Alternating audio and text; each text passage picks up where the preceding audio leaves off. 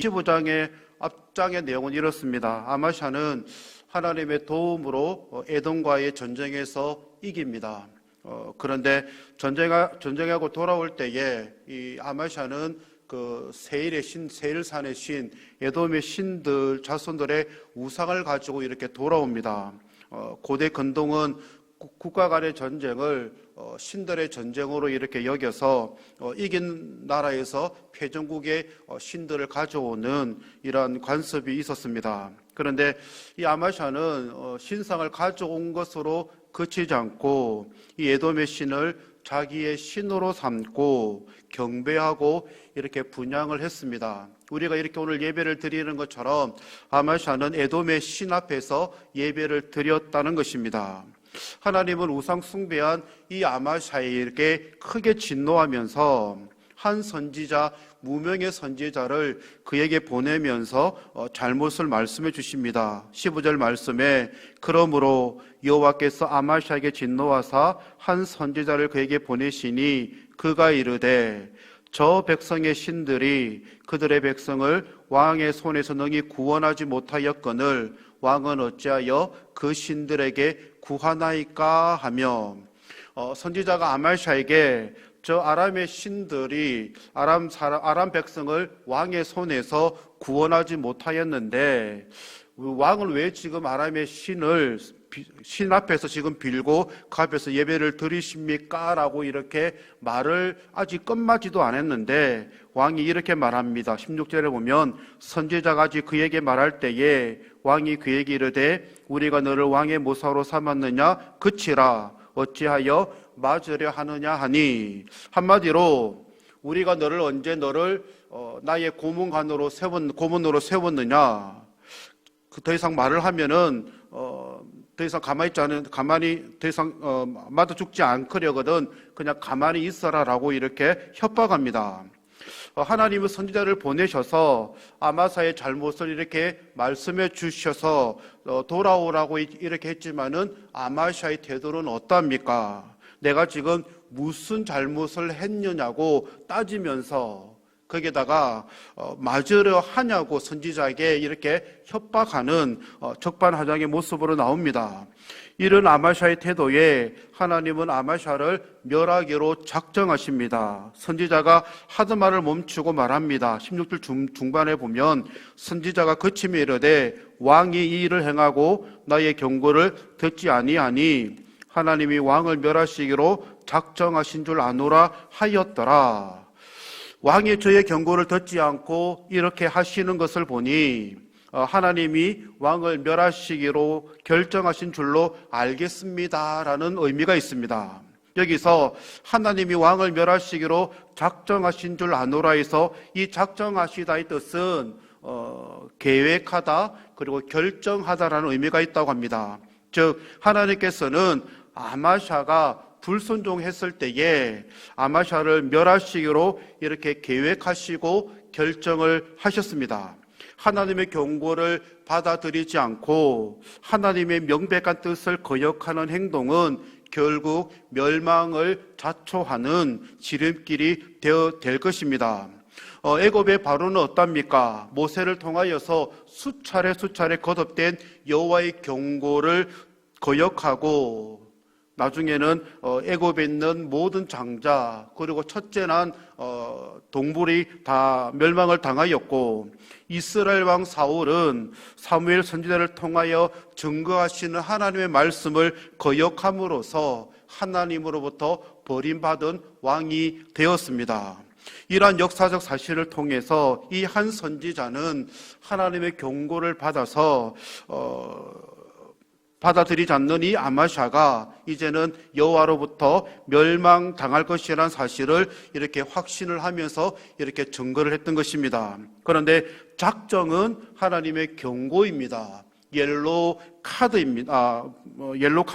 아직 퇴장은 아닙니다. 작정했을 때에, 하나님이 계획했을 때에, 하나님이 실천했을 때에 돌아오면 됩니다. 회개하면 됩니다. 자기가 무엇을 잘못했는지 우상을 섬긴 것에 대해서 하나님 앞에 간절히 기도하고 돌아오면 됩니다. 그런데 아마샤는 그렇게 했다라는 말씀이 없습니다. 그리고는 21절부터 오늘 28절까지 보면 이제 아마샤에 대한 이 하나님의 작정하심의 결과가 이렇게 납니다. 아마샤는 이제 후에 보면 북이스라엘 전쟁에서 패하게 되고, 또한 예루살렘 성벽은 무너지고, 또 성전 안에 있는 모든 금은, 그릇, 왕궁의 재물은 빼앗기고, 또한 많은 사람들은 볼모로 잡혀가고, 급기야 자신을 반역한 사람들로 인하여서 죽임을 당하는 그러한 하나님의 작정하심의 결과를 이렇게 맞이한 것입니다. 하나님의 경고를, 하나님의 옐로우 카드를 받아들이지 않은 이 아마샤가 하나님으로부터 완전히 멸망당한 것입니다. 여기에 대해서 신명기는 이렇게 우리에게 말씀합니다. 신명기 28장 15절입니다. 네가 만일 내 하나님 여호와의 명령을 순종하지 아니하여 내가 오늘 네게 명령하는 그의 모든 명령과 규례를 지켜 행하지 아니하면, 이렇게 하나님이 작정하시고 계획하시고 이렇게 지키지 않아야 하실 때에 28장 66절에 보면 네 생명이 위험에 처하고 주야로 두려워하며 내 생명을 확신할 수 없을 것이라고, 마치 아마샤를 두고 하나님의 말씀을 지켜 행하지 아니했을 때에 네 생명이 위험에 처했을 뿐만 아니라 그 생명이 자기의 반역한 사람들로부터 죽임을 당함을 받았던 아마샤였습니다. 이사야서 1장 20절 말씀에 너희가 거절하여 배반하면 칼에 삼켜지리라고 이렇게 말씀하고 있습니다. 하나님을 떠나 죄악된 길로 가는 모든 사람들은 죽음조차 편안하지 않음을, 복된 죽음을 맞이할 수 없음을 아마샤를 통해서 우리가 알 수가 있습니다. 한번 작정하신 하나님은 자신의 뜻이 이루어질 때까지 실행하시는 것입니다. 하나님을 배반한 아마샤에 대한 이 하나님의 작정이 심판인 반면에 하나님을 섬기고 끝까지 믿음으로 지키는 그 사람과 그의 자녀와 그에 대한 가정에 대한 하나님의 작정이 무엇입니까? 신명기 28장 1절입니다. 네가 네 하나님 여호와의 말씀을 삼가 듣고 내가 오늘 네게 명령하는 그의 모든 명령을 지켜 행하면, 28장 4절 5절에 내 몸의 자녀와 내 토지의 소산과 내 짐승의 새끼와 소와 양의 새끼가 복을 받을 것이며 내 광주리와 떡 반죽 그릇이 복을 받을 것이라고, 이렇게 하나님의 모든 명령을 지켜 행하면 우리는 자녀에 대한 복, 토지 소산에 대한 복, 심지어 짐승의 새끼에 대한 복, 그리고 우리 떡과 광주리에 먹을 것에 대한 복, 들어가도 나가도 복을 받는 이런 하나님의 작정하심에 대한 결과가 나타나 있습니다. 이사야 1장 19절에도 너희가 즐겨 순종하면 땅의 아름다운 소산을 먹을 것이오라고 이렇게 말씀하고 있습니다. 하나님의 말씀에 순종하고 경청하면 복을 받는다는 것입니다.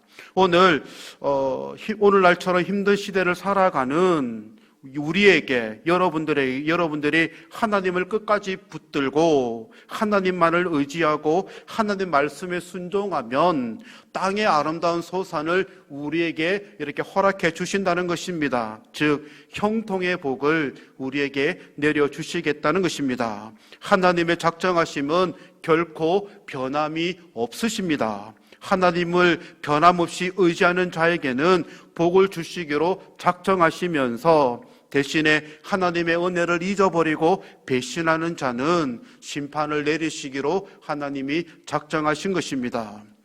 고린도전서 2장 1절 2절에 보면 사도 바울의 작정이 이렇게 기록이 되어 있습니다. 형제들아, 내가 너에게 나아가 하나님의 증거를 전할 때에 말과 지혜의 아름다운 곳으로 아니하였나니 내가 너희 중에서 예수 그리스도와 그가 십자가에 못 박히신 것 외에는 아무것도 알지 아니하기로 작정하였습니다 라고 이렇게 고백하고 있습니다. 사도 바울은 복음을 전할 때에 말과 지혜의 아름다운 곳으로 하지 않고 십자가에 달리신 예수 그리스도 밖에는 아무것도 알지 않기로 작정을 하고 있습니다.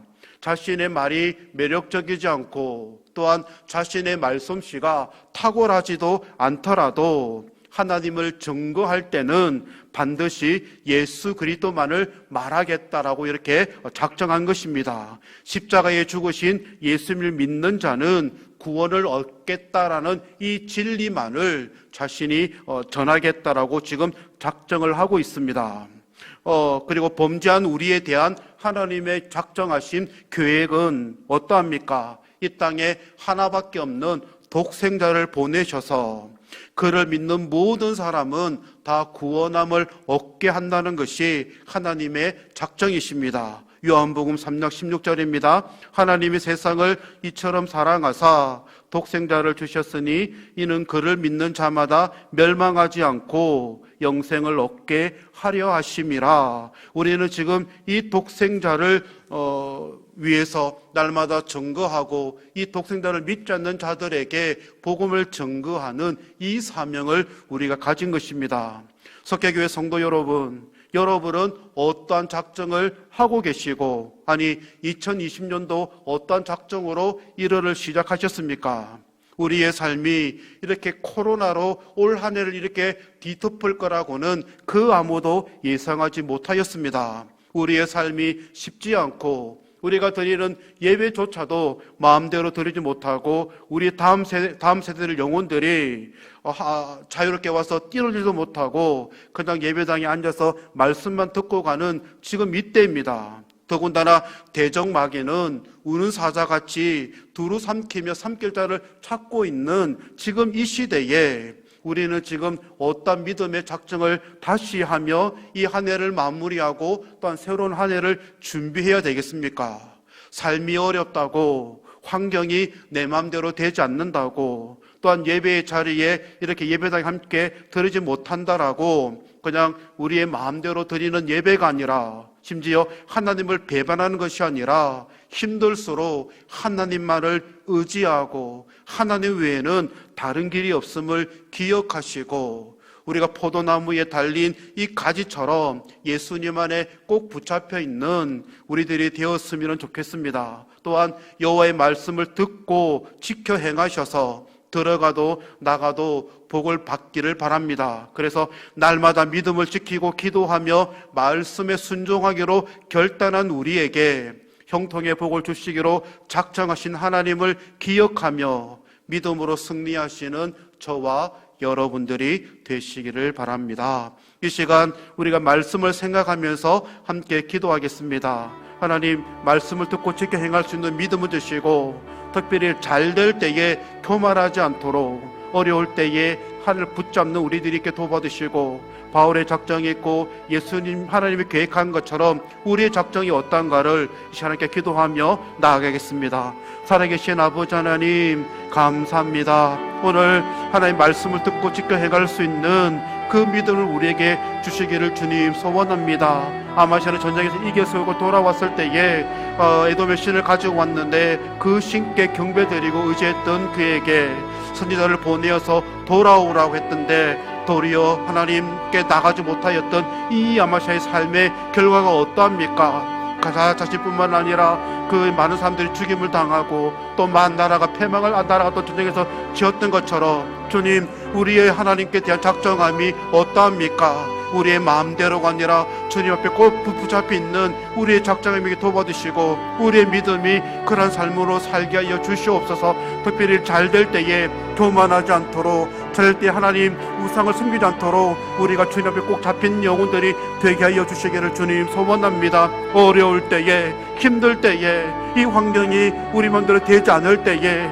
오직 하나님을 붙잡을 수 있는 믿음이 있게 하여 주시옵소서. 함께 예배를 드리지 못할 때라도 온라인을 예배를 드릴 때에도 우리가 마음을 다하고 힘을 다하고 뜻을 다하여서 하나님 예배 드릴 수 있는 우리의 삶 있게 도와주셔서 그 작정함이, 그 계획함이 순전히 이루어지게 하여 주시기를 주님 소원합니다. 그래서 2020년도 아버지 하나님, 우리에게 작정함으로 마무리되게 도와주시고 내년에 2021년 우리가 준비할 때에 하나님께 예배드리며 또 하나님께 중심으로, 교회 중심으로 살아가는 우리의 계획함 있게 해주시기를 주님 소원합니다. 바울이 작정했던 것처럼 십자가 외에는 아무것도 아버지 안에 복음을 안기로 했던 것처럼 주님 우리 안에도 십자가 외에는 아버지 하나님 자랑거리 없도록 도와주시고 예수 믿는 모든 영혼들에게는 구원함이 있는 것처럼 주님 우리가 자랑하며 복음의 증거자가 될 수 있도록 하나님 도와주시기를 주님 소원합니다. 하나님, 그래서 우리가 말씀을 지켜 행할 때에